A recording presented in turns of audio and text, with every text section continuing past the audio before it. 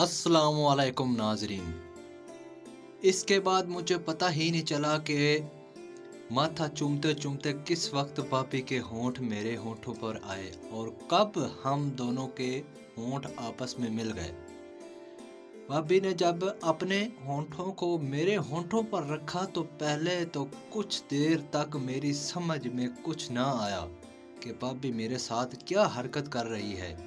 फिर धीरे धीरे मुझे समझ आना शुरू हो गई, लेकिन मैंने भाभी की इस हरकत पर कोई मुज़ाहमत नहीं की और भाभी जो भी कर रही थी इससे करने दिया। इस वक्त भाभी ने मेरा निचला होंठ को अपने दोनों होंठों में लेकर दबा दिया और इसे चूसने लगी। सच्ची बात तो यह है कि भाभी के नरम होंठों का मेरे होंठों से मिलाप मुझे बहुत अच्छा महसूस हो रहा था और मैं आहिस्ता आहिस्ता शौक से बाहर आता जा रहा था। और शायद भाभी भी यही चाहती थी कि मैं सदमे से बाहर आ जाऊं, इसलिए वो मुसलसल मेरे होंठों को चूसे जा रही थी। और फिर धीरे धीरे भाभी की नरम गरम किसिंग से थोड़ी ही देर बाद मेरे अंदर गर्मी की लहर सी उठने लगी और धीरे धीरे मैं मस्त होने लगा और मेरा हाइड्रोलिक पूरा बाहर आ गया। फिर शगुफ्ता भाभी का यूं मेरा होंठ चूसना मुझे बहुत अच्छा लगने लगा और फिर मैंने भी भाभी को अपना रद्द अमल देना शुरू कर दिया। मेरा रिस्पॉन्स देखकर भाभी ने एक लम्हे के लिए मेरे होंठों से अपने होंठ निकाले और मेरी तरफ देखते हुए मेरी ज़हनी कैफियत का अंदाज़ा लगाने लगी। नाजरीन, आपसे एक छोटी सी रिक्वेस्ट है कि वीडियो को ज़रूर एंड तक देखिए। हम इतनी मेहनत से वीडियो बनाते हैं, ऐसी स्पेशल स्टोरीज बनाते हैं, हमारे चैनल को ज़रूर सब्सक्राइब कर दीजिए। शुक्रिया। मेरी ज़बान गिर्द अपनी ज़बान को लपेट दिया। शुरू से ही मुझे भाभी के मुंह से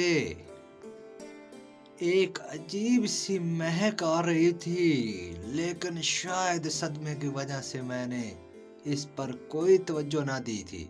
लेकिन जब शगुफ्ता भाभी ने अपनी ज़बान को मेरी ज़बान से लपेट कर इसे अच्छी तरह चूसा और फिर अचानक ही इन्होंने अपनी ज़बान को मेरे मुंह से वापस खींच लिया और फिर अपने लंबी ज़बान को मुंह से बाहर निकालकर मुझे दिखाते हुए बड़ी ही महफूज नज़रों से मेरी तरफ देखा और मस्त लहजे में कहने लगी, ज़रा गौर से मेरी ज़बान की तरफ देखो, मैंने अभी इसी ज़बान से तुम्हारे भाई का पानी चाट कर साफ किया है। फिर कहने लगी, ज़रा इसको चूस कर देखो, ज़रा इसकी महक तो लेकर देखो, इसमें से तुमको हम दोनों की मुश्तरका महक आएगी, जायका आएगा, टेस्ट आएगा।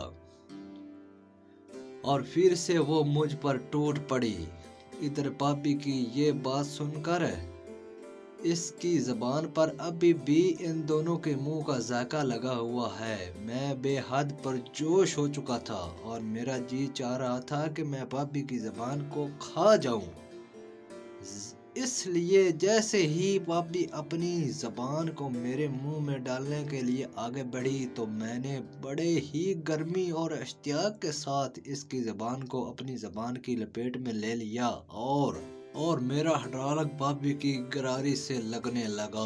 और जब भाभी की नज़र हाइड्रोलिक पर पड़ी तो मुझे कहने लगी, काश मेरी शादी आपसे हुई होती। खैर, मैं भाभी की टेस्टी ज़बान को पागलों की तरह चूसने लगा। इधर भाभी ने अपनी ज़बान को चुसवाते हुए अपने हाथों को आगे बढ़ाया और मेरे हाइड्रोलिक को पकड़ लिया और इनको ज़ोर ज़ोर से दबाने लगी। और फिर कुछ देर बाद भाभी ने अचानक ही अपनी ज़बान को वापस खींचकर मेरे मुंह से बाहर निकाला और जल्दी से कपड़े उतार दिए और मेरे हाइड्रोलिक को हाथ से पकड़कर अंदर डाल दिया और आहिस्ता आहिस्ता से झटके मारने लगी। मेरा पूरा 13 इंच का जब आधा अंदर गया तो कहने लगी कि परवेज़, आज ऐसा लगता है कि मैं जीती ही जन्नत में हूँ। तो मैंने پرہوش نظروں سے پاپی کی طرف دیکھتے ہوئے کہا، پروگرام تو یہی ہے۔ تو شگفتہ پاپی ہنس کر کہنے لگی، پروگرام کی بھی تم نے میری زبان چوس کر وہاں سے تو ختم کر دی، لیکن تمہاری اطلاع کے لیے عرض ہے کہ اب وہ وہاں سے کوچ کر کے اب یہاں آ گئی ہے۔ پاپی کی بات سن کر میں نے بنا کوئی جواب دیے تھوڑا سا ہٹرالہ کو دھکا لگایا تو پاپی کی چیخ نکل گئی اور کہنے لگی، پرویز، ایک تو آپ کا ہٹرالہ کتنا بڑا ہے، اوپر سے اتنی بے رحمی سے دھکے مار رہے ہو، ایسا لگتا ہے کہ آج جان نکال کر رہو گے۔ میں بولا، اگر جنت میں جانا ہے تو تکلیف تو سہنی ہی پڑے گی۔ اتنے میں باجی روبینہ نے دروازہ کھٹکھٹایا اور میں نے جلدی سے اپنا ہڈرالک نکالا اور ننگا ہی دوڑ پڑا اور الماری سے چھلانگ لگاتے ہوئے باجی روبینہ کی نظر میرے ہڈرالک پر آ پڑی۔ باجی بھابھی سے بھی زیادہ ہاٹ اور سندر تھی۔ جب شام کو میں گھر واپس آیا تو میں بہت ڈرا ہوا تھا کہ باجی بھائی سے شکایت ہی نہ کر دے۔ ہاں، باجی روبینہ ابھی کنواری ہی تھی، لیکن مجھ سے کہنے لگی، پرویز، تم سارا دن کہاں تھے؟ میں نے بہت انتظار کیا، میں تو پریشان ہی ہو گیا کہ اسے کیا ہوا، شکایت لگانے کی بجائے انتظار کر رہی ہے۔ خیر، میں نے ہاتھ منہ دھویا اور کھانا کھا رہا تھا اور باجی آ گئی۔ مجھے کہنے لگی، پرویز، میرا ایک فیورٹ ٹی وی شو ہے، آج رات ہم نے مل کر دیکھنا ہے۔ خیر، ہم شو دیکھ رہے تھے۔ باجی نے شو ہی بڑا رومانٹک لگایا تھا۔ شو دیکھتے دیکھتے میرا طوطا اٹھ گیا۔ باجی کی جب طوطے پر نظر پڑی تو جلدی سے اس نے قمیض اتاری اور دوسری قمیض پہننے کا بہانہ کرنے لگی۔ اتنے میں میری تو ہوش ہی اڑ گئے تھے، اتنا حسین جسم تو سپنے میں بھی نہیں دیکھا۔ خیر، باجی کبھی مجھے دیکھ رہی تھی اور کبھی اپنے آپ کو۔ خیر، میں نے تو اپنے پہ قابو پا لیا اور باجی سے نہ رہ گیا۔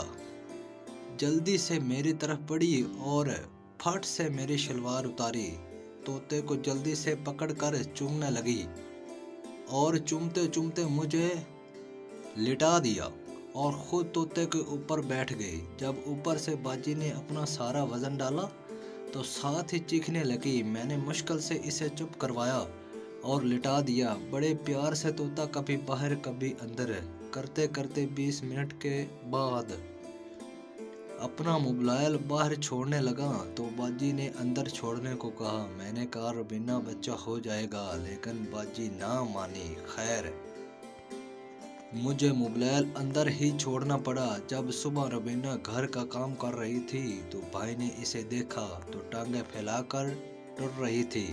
بھائی نے بہت پوچھ گچھ کرنے کی کوشش کی، مگر اس دن ہم بچ ہی گئے تھے۔